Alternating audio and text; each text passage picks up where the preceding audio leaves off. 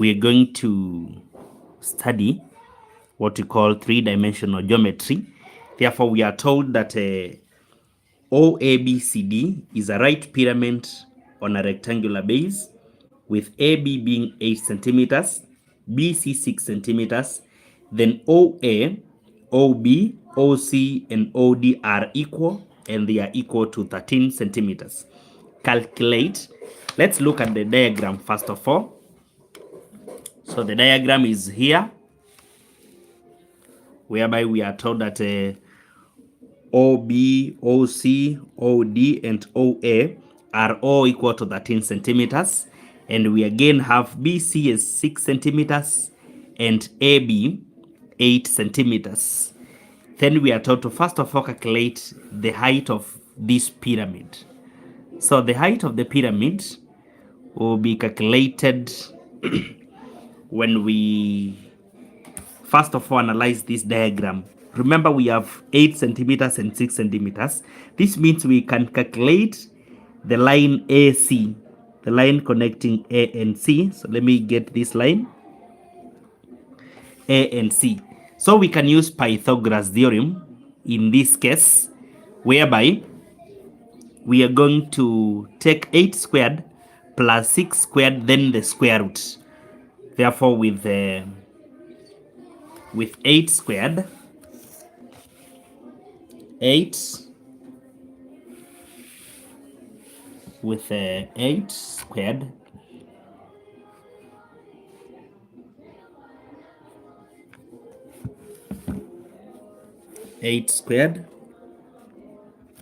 plus 6 squared, then the square root. This one is going to give us 10 centimeters, because we have 64 plus 36, and the square root of 100 becomes 10. Therefore, so we're going to have the line AC, which is given here, as 10 centimeters.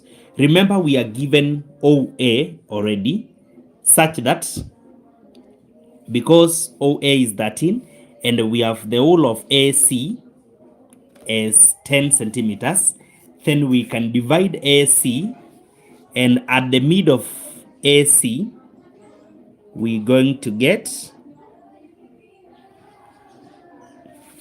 the vertical height here, and this one is going to be 5 centimeters now that we've divided into 2.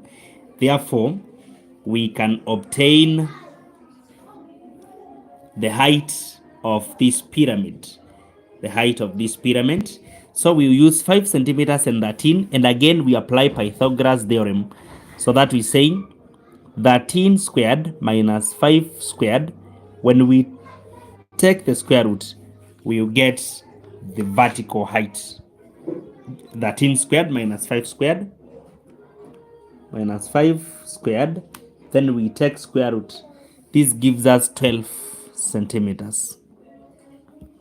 Therefore, we have 12 centimeters as the vertical height. Again, we are told to calculate the inclination of OBC to the horizontal. OBC is this face to the horizontal. Horizontal is the base. Therefore, OBC, we should understand that what we call inclination is the angle between OBC and the horizontal, which is the base A, B, C, D. So that is the angle we're going to calculate. And to calculate the angle between two planes, then we need first of all to draw lines through each plane. So this is the first plane. We draw a line there, which is perpendicular to the line connecting the two planes. The other plane is the base. Therefore, the other plane is the base. We also draw a line across the base. So with the line across the base and another line across OBC, then we can see the angle between those two lines. So we draw a line across the base and across the other plane, lines such that they are perpendicular to the line connecting the two planes. So when we draw a line here and a line on the other plane, they're intersecting, making an angle here. We want to get the angle theta. For us to get the angle theta, we can use several options, and I will use the first option, whereby I'm going to consider if the length AB is 8, then from this center to the point of intersection here is going to be 4 centimeters, and we have the height here, which is 12 centimeters. So with 12 centimeters and 4 centimeters, we can get this angle using the tangent of an angle, and we'll say the tangent of the known angle is given by opposite, which is 12, divided by the adjacent, which is 4. So that we say theta will be given by the tan inverse of 12 out of 4.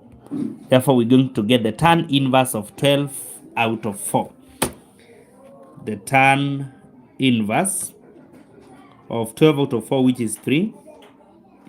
And what you get is 71.57